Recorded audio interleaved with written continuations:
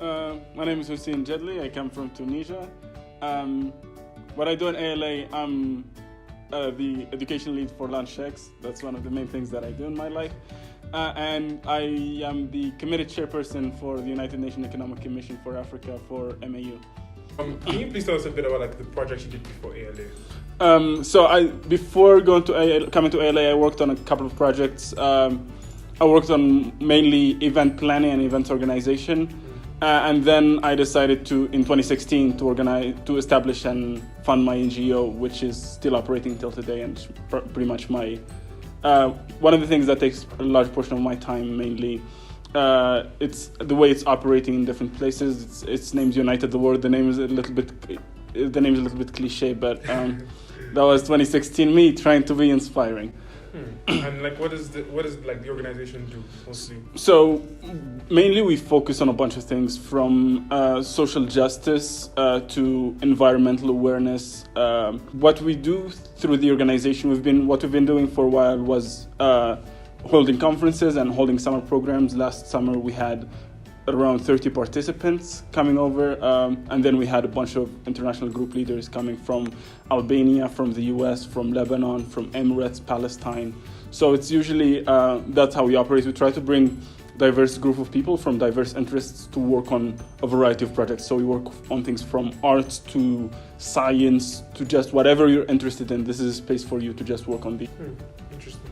That's a very huge reach. I guess what motivated you to start this? Why did you think about doing this? Well, looking at the world, there are a large number of issues. So, and I feel the major problem is that the people who are trying to change things are not really connected.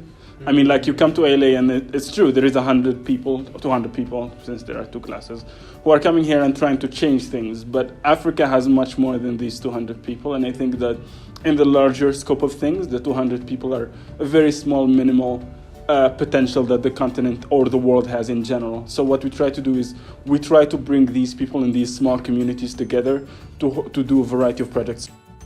So what do you think was particularly hard about doing this? I think usually the most complex part comes, especially for a group of young people, is it comes a lot to funding and communication. So usually because we do not operate for the benefit of anyone, and we usually have to refuse deals coming from politicians and from businesses who are trying to share their message through us and use us. So in our goal of just trying to run things the way we want them to run and not being a tool and a puppet for politicians, what we end up encountering is a little bit of difficulties when it comes to funding, but at the same time, as much that creates a lot of complexities, it also creates a lot of spirit inside the team, because this is what we're doing. We can make easy money, but no, we're not going to do that because there is something much more important. And usually also a lot of communication inside the team, because it's hard to manage an organization that's currently operating in 4 countries. That's quite interesting. I think that sort of links to my next question about the future of this. And if you have to refuse funds and money from politicians, etc., that could have been easy money, basically. It is easy money. Why? How do you then plan on growing this and maintaining your core values and mission? Yeah. So I believe that tough times create tough people. So what we've been going through is a lot of tough times, right? And what we're doing is we're growing, and each time we're getting encountered by one of these difficulties, especially in funding. What we do is, we're going to keep moving forward. And regarding our vision, what we've been working on lately is our 2025 vision. So what are we going to do in the next 7 years in order for us to maximize our impact? We're looking at a variety of projects that will help us be more self-sustainable. So things that we're looking at are, for example, we're issuing a magazine that's starting in 2019, which is mainly dedicated to showing the talent of people who are not exposed. So that will be a way for us to generate revenue without actually making a lot of expenses, since it's going to be online.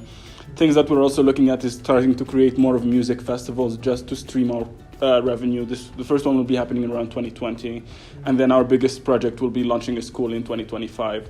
It's a massive project. That's why we need such a long time frame in order for us to be specific about the details we do. And this honestly has been inspired by ALA, and then looking at ALA, it's such a massive project that I don't think we'll be able to achieve in 7 years because we don't have the genius that most people here have. So we're looking at more smaller examples like Leaf Academy, for example. A small school, they have a class of around 20, 30 people. That's what we're looking at as our first steps in establishing the school. And mainly we're looking at the funding from the people who believe in our goals, because it's true that we are discarded and we're not united in our missions as individuals, although we may share the same vision, but our actions are not connected. So what we aim to do is to bring the connections of small people. $1 from each person is enough for us to be able to run a school, for example, for a year for 25 people. I guess, what are your next steps in terms of like your personal journey and like, I guess what you want out of life and what's your vision, personal vision? I think the most important thing in life for me has always been just like, I want in my life for the next 500 years, I want people to open books and then find my pictures and then tell, well, this guy was a good guy and he helped us become what we became. But I think the only way for us to be able to do and achieve such things is mainly through impacting people and getting people the benefit of what you're doing. I mean, without people, you're really nothing, and I strongly believe in that. So what I'm trying to do is to understand people more, and I spend most of my time trying to listen as much as I can, which I think is probably the most important thing for you to be able to operate in any business or any organization. Just trying to understand the target audience or target customer, target user, and then build everything from the customer backwards in order for you to be able to directly target the market. Oh, I like that. Like listening, it's a very necessary skill. Important thing. I guess like the final question that I want to ask is, from your experience, like what do you think it takes to do something truly meaningful and impactful? Like what is that one thing that, like, for example, not everyone has started like a summer program, right? Yeah. Like not every teenager has done that. But like what makes you be able to do something out of the ordinary? Like what one thing do you think is like very necessary? I think the most important thing is putting yourself in a healthy environment and system. Making sure that you're surrounded by the right group of people is the most important thing. I think it's like a quote or something, like tell me you're the 5 people you hang out with the most, and I will tell you who you are. I believe in that strongly. I mean, like, if your friends are usually what they spend on Saturday and Sunday is playing video games and smoking weed, I really don't expect that you'll be doing much, because mostly you'll be doing that with them. But making sure that you're with the right group of people and just like cutting down your loser friends and adding more winner friends is what will be the game changer. Finding people who are currently supporting you and motivating you is what will keep you going when things get tough. Cool. Thank you very much, Houcine. That's been very helpful, very inspiring. And I think there's lots to learn from like everything you've said. Thank you. Thanks, Amir.